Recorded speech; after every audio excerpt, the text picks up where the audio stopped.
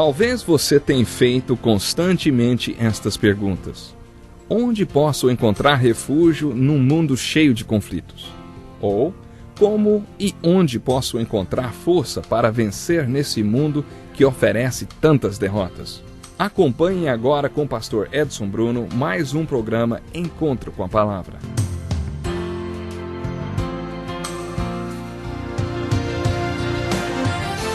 Olá, seja bem-vindo a mais um programa Encontro com a Palavra. Vou ler agora um texto das Escrituras Sagradas que é realmente muito importante. 1 Coríntios capítulo 13 diz assim: passo agora a mostrar-lhes um caminho ainda mais excelente. Ainda que eu fale as línguas dos homens e dos anjos, se não tiver amor, serei como o sino que ressoa ou como o prato que retine. Ainda que eu tenha o dom de profecia e saiba todos os mistérios e todo o conhecimento e tenha uma fé capaz de mover montanhas, se não tiver amor, nada serei. Ainda que eu dê aos pobres tudo o que possuo e entregue o meu corpo para ser queimado, se não tiver amor, nada disso me valerá. O amor é paciente, o amor é bondoso, não inveja, não se vangloria, não se orgulha. Não maltrata, não procura seus interesses, não se ira facilmente, não guarda rancor. O amor não se alegra com a injustiça, mas se alegra com a verdade. Tudo sofre, tudo crê, tudo espera, tudo suporta.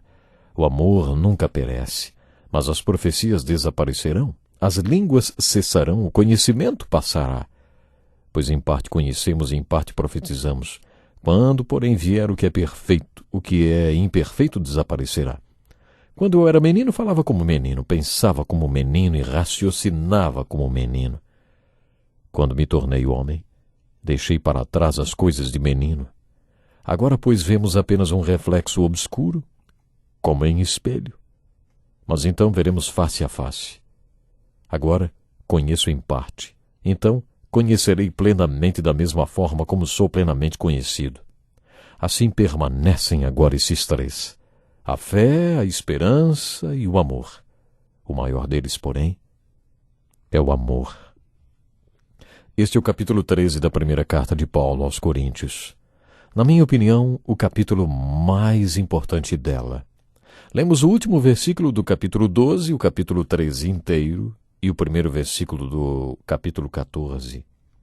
Isso porque nunca podemos esquecer o contexto no qual o capítulo do amor está inserido. Devemos nos lembrar que o amor não é o assunto principal do capítulo do amor, ele é secundário. O assunto principal deste capítulo são os dons espirituais. Este capítulo está inserido na questão dos dons espirituais, assunto do capítulo 12, o qual Paulo encerra dizendo assim: busquem com dedicação os melhores dons. E depois ainda diz: passo agora a mostrar-lhes um caminho ainda mais excelente. Assim, Paulo inicia o grande capítulo do amor, e depois de escrever sobre esse dom, ele conclui o assunto no primeiro versículo do capítulo 14, dizendo: sigam o caminho do amor e busquem com dedicação os dons espirituais. Você já sabe que a Bíblia não foi escrita dividida em capítulos e versículos, eles foram acrescentados muitos anos depois. Por isso, ao fazer a leitura da Bíblia, não permita que essa divisão de capítulos, versículos, impeça que você enxergue a continuidade do pensamento geral do autor. Busquem com dedicação os melhores dons. No início deste grande capítulo, Paulo escreveu que devemos buscar intensamente os melhores dons espirituais. E no final do capítulo, Paulo nos mandou desejar os dons espirituais. Busquem com dedicação os dons espirituais. O assunto principal do capítulo do amor, como conhecemos, o capítulo 13 de 1 Coríntios, são os dons espirituais. A questão do amor apareceu como um pano de fundo, como dissemos no último estudo, para entendermos melhor os dons espirituais. Na minha opinião, como já dissemos, neste capítulo do amor, Paulo se propõe a mostrar a importante obra do Espírito Santo em nós. O capítulo 12 mostra o que deve acontecer quando o Espírito Santo se manifesta sobre um membro da igreja ou sobre toda a igreja como um todo. No capítulo 13, Paulo trata da evidência da grande obra do Espírito Santo em nós.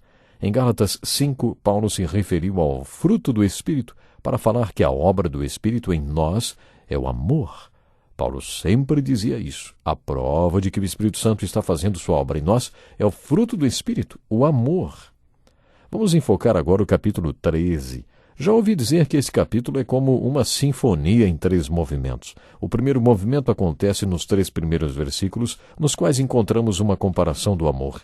Nesses 3 primeiros versículos, o apóstolo Paulo compara o amor com coisas extremamente importantes para os crentes de Corinto de formação grega. Eles valorizavam a oratória, o ser eloquente. Por isso Paulo começa dizendo: ainda que eu fale as línguas dos homens e dos anjos, se não tiver amor, serei como o sino que ressoa, ou como um prato que retine. Não existe nada de eloquente no ressoar de um sino. Outra coisa que os coríntios valorizavam muito era o dom de línguas. E por isso Paulo disse: se eu falar a língua dos anjos, mas não tiver amor, serei apenas um ruído vazio. Nesses 3 primeiros versículos, Paulo compara o amor aos valores dos crentes de Corinto, argumentando que nada pode ser tão importante quanto o amor. Nada que você faça, mesmo que você entregue seu corpo para ser queimado como mártir, ele diz, mesmo que dê todo o seu dinheiro aos pobres, mas se não tiver amor, de nada adianta. É o apóstolo que argumenta isso. Paulo fez uma boa comparação, você não acha? Esta comparação que Paulo fez é o primeiro movimento da sinfonia do amor. Depois, nos versículos 4, 5, 6 e 7, e na primeira frase do versículo 8, Paulo apresenta um conjunto de características do amor. Um servo de Deus chamado Henry Drummond, que viveu cerca de 100 anos atrás, escreveu o seguinte comentário sobre esses versículos, abre aspas, nesses versículos o Espírito Santo passa o conceito do amor através do prisma inspirado do apóstolo, que se manifesta em um conjunto de virtudes, fecha aspas. Na linguagem original, as Escrituras têm várias palavras para a palavra amor. Tenho certeza que você já sabe disso. Existe a palavra eros, que representa o amor erótico. Outra palavra grega para amor é filéu, que representa o amor social, e nesse caso o amor de um filósofo que vem do conhecimento. Mas não é desse tipo de amor que Paulo está falando. O conceito de amor a que Paulo se refere é o amor ágape, e só pode ser compreendido através deste conjunto de virtudes. Neste texto é como se Paulo dissesse: eu só posso explicar para vocês dizendo que se o Espírito Santo estiver habitando em vocês, vocês terão o fruto do Espírito, que é o amor, e este amor se apresenta em suas vidas através destas virtudes. Nos versículos de 4 a 7, Paulo menciona 15 virtudes que são a manifestação do amor daquele que tem o Espírito Santo vivendo dentro de si. Ouça com atenção a descrição destas virtudes. O amor é paciente, o amor é bondoso, não inveja, não se vangloria, não se orgulha, não maltrata, não procura seus interesses, não se ira facilmente, não guarda rancor. O amor não se alegra com a injustiça, mas se alegra com a verdade. Tudo sofre, tudo crê, tudo espera, tudo suporta. O amor nunca perece. Esta é uma descrição muito clara do amor na forma deste conjunto de virtudes e corresponde ao segundo movimento da Sinfonia do Amor. O primeiro movimento pode ser intitulado Amor Comparado, e na metade desta Sinfonia do Amor surge o segundo movimento desta sinfonia intitulado As Virtudes do Amor. O terceiro movimento da Sinfonia do Amor se inicia no versículo 8 e vai até o versículo 13. Neste texto temos o amor contrastado. O que faz do amor a coisa mais importante do mundo, hein? Esse é o clímax da sinfonia e o conteúdo do terceiro movimento dessa Sinfonia do Amor. Diz assim: permanecem agora esses 3, a fé, a esperança e o amor. O maior deles, porém, é o amor. Em outra tradução, um pouco diferente, lê-se assim: nesta vida temos 3 qualidades que permanecem: fé, esperança e amor. Mas o maior é o amor. No primeiro movimento desta sinfonia, Paulo compara o amor aos valores dos coríntios e no terceiro movimento mostra por que esses valores não podem substituir o amor, porque o amor é mais importante. Neste contraste do terceiro movimento, Paulo mostra por que o amor é o maior valor do mundo e afirma que há 3 coisas que permanecem no mundo: a fé, a esperança e o amor. Mas o maior disso aí, o maior disso tudo é o amor. Por que essas 3 coisas são mais importantes e permanecem, hein? Bem, a fé é importante porque, segundo as Escrituras, sem fé ninguém agrada a Deus nem se aproxima dele. No capítulo 11 de Hebreus, o capítulo da fé, no versículo 6, a gente lê assim, sem fé é impossível agradar a Deus. É impossível agradar a Deus, pois quem dele se aproxima precisa crer que ele existe e que recompensa aqueles que o buscam. O fato de ninguém se aproximar de Deus sem fé torna a fé muito importante, porque Deus é o bem maior desta vida. Ele é o Deus eterno e tudo que leva até ele só pode ser eterno. Paulo também menciona a esperança. Mas o que é esperança, hein? Esperança é a convicção do coração humano de que existe algo de bom no mundo que pode acontecer em sua vida. Sim, existe algo de bom no mundo que pode acontecer na sua vida, meu ouvinte. Segundo as Escrituras, o homem acredita em algo de bom no mundo porque Deus coloca esta convicção em seu coração. No Salmo 34 vemos o desafio que Davi lançou para os homens falidos e fugitivos como ele. Eles estavam endividados, falidos e desesperados, conforme lemos em 1 Samuel capítulo 21 e 22. Quando eles souberam que Davi estava se escondendo nas cavernas de Adulã, juntaram-se a ele, e aí Davi fez a pregação do Salmo 34, na qual lhes disse: quem de vocês quer amar a vida e deseja ver dias felizes, hein? Então Davi deu o seu próprio testemunho e contou como ele clamou ao Senhor e descobriu que Deus é o bem pelo qual ele esperava na sua vida. O convite que ele fez àqueles fugitivos foi: provem e vejam como o Senhor é bom, como é feliz o homem que nele se refugia, e proclamem a grandeza do Senhor comigo, juntos exaltemos o seu nome.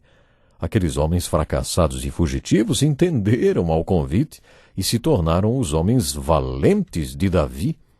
Esta foi a razão por que o apóstolo Paulo disse no final do capítulo do amor que as 3 coisas mais importantes do mundo são a esperança, a fé e o amor. A esperança é importante porque nos leva à fé. Conforme o capítulo 11 de Hebreus, a fé é a certeza daquilo que esperamos e a prova das coisas que não vemos. Em outras palavras, a fé dá consistência à nossa esperança. Mas ao invés de apenas ter esperança nas coisas boas da vida, podemos ter fé nelas. A esperança é importante porque nos leva à fé, e a fé nos leva a Deus. Mas Paulo estava dizendo neste capítulo que o amor é mais importante do que a esperança e a fé. E sabe por quê? O amor não nos leva para perto de Deus. Este amor ágape é o próprio Deus. E quando você descobre esse amor ágape, descobre o próprio Deus. E não tem que descobrir algo que o leve a Deus, porque você já está lá. Quando você descobre esse amor, descobre a presença de Deus, porque o amor é a sua própria essência. Meu ouvinte, então, viva o amor, sinta a presença de Deus e o verdadeiro amor. Deus lhe abençoe. Até o próximo programa. Que lição importantíssima. Obrigado, pastor Edson Bruno. Prezado ouvinte, coloque em prática o que você ouviu aqui. Sem dúvida, sua vida será grandemente abençoada. Este é um estudo escrito pelo Dr. Dick Woodward, na voz do pastor Edson Bruno. Escreva-nos e solicite o material. Nosso endereço é Encontro com a Palavra, Caixa Postal 2011, CEP 89201-970, Joinville, Santa Catarina. Até o nosso próximo encontro com a Palavra.